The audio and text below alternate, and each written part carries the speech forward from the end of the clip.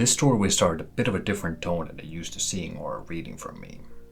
The start is a warning that goes like this.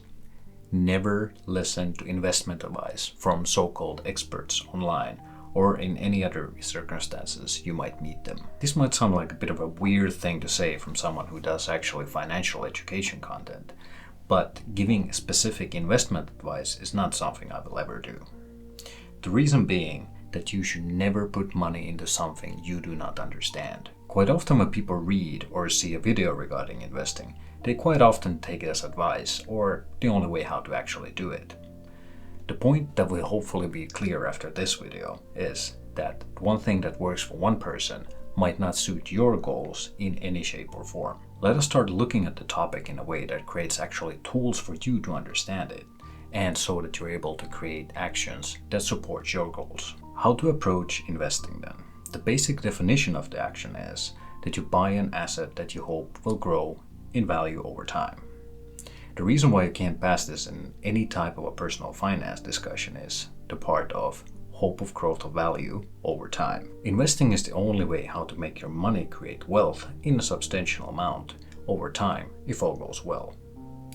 Unfortunately, there is no way how to predict how much and is this sustainable in the long run. So, hence, the hope of growth. So investing is this one thing that everybody's talking about and is this very important thing that everybody should be doing. So why this bit of a pessimistic start then? Yes, investing is something that everybody should be doing, because otherwise there is no way how to actually change your environment or circumstances in the long run, because you do not create any type of wealth otherwise. The reason for a bit of a cautious or even a slightly negative approach here is that you need to first build a correct type of a mindset for investing for it to actually work for you. The importance of investing cannot be stressed enough, but with a flawed mindset, you can be doing so much more harm than good in the long run. So let's look at some of the basic concepts of investing and start building the correct mindset through this. Let's go quickly through some of the most common ways how to invest your money. The actual list is much longer in reality, but these are the most common concepts when you start actually looking into investing. There are many different ways to how to actually do investing, as you can see, and all of them have their own pros and cons. But what you actually have to decide when you start investing is, what type of investor are you? Do you want to be actively involved into investments, or do you want to just buy your share and see where it leads? Regardless of what type of an investor you are, all investments have one variable that is common in every single industry. That is risk. Something that is always there. Risk. The definition of risk in its most simple form is that something might happen that we do not have control over.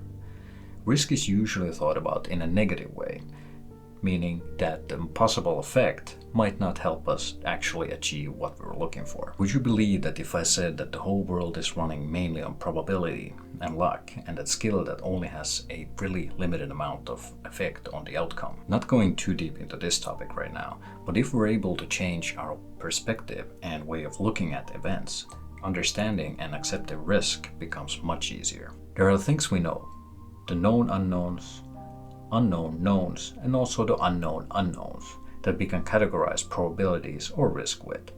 The things that we tend to not be able to prepare for usually gets us in the end and stops us from getting the wanted outcome, the unknown unknowns. We have very little control over our lives in the end. Only some things that are really close to us do we have some power over, but it doesn't mean that we can actually compete against an unexpected or overwhelming external force. This is something we have to accept when we're talking about investing. Whatever you invest in will go up and down in value, and there is no way how to predict how much or when the fluctuations will happen. How to prepare for market volatility. Market volatility simply means how much the price goes up and down. This happens all the time, weekly, daily, hourly. There simply is no way to stop from the market from changing. Our economy is simply built like this. It all the time tries to increase in value until we, the people, or some bigger financial institutions decides not to trust it anymore and things shift downwards. As an investor, you have to keep this in mind. The value of your investments go up and down all the time. The hope of growth in the long term is the key to success. The best way to prepare for this mentally is to understand the volatility exists. The best way to financially prepare for this is to have excess cash that you can use when the market is actually going downwards. This can be used for paying for living costs if you lose your income stream due to layoffs, for example, or you could actually buy more into funds or other investments that you're already doing because there's actually a discount going on in the market. The importance of cash or quick access to it when opportunities arise to actually build up more assets is something that is undervalued by many. As you most likely noticed, the change from unpredictable volatility to the word opportunity, well, this is the main mindset change we actually have to make with volatility. Volatility is there. There are many ways how we can actually prepare for it, use it. When playing the long game and not trying to do some quick rich moves, we're actually able to use the market volatility to our advantage. Get into the mindset that when volatility happens and downshift is going on, this is actually a great opportunity to buy more assets and not sell on a discount. What often happens when people are not mentally ready for this? The panic selling when the asset value is down. The thing to remember is, you do not lose the asset just lost value in the market shift. The only way how you actually lose the asset is by selling it, not by market shift. There are of course edge cases when this one specific asset, for example, declares bankruptcy. As the market downs actually create a loss in your asset value, the market ups actually correct this in the long run. Change your mindset from short-term losses and gains into a long-term game, and your wealth will actually almost accumulate by itself. Are you an active or passive investor? When you start your investing journey, usually it is best to decide where you actually focus your money in the beginning.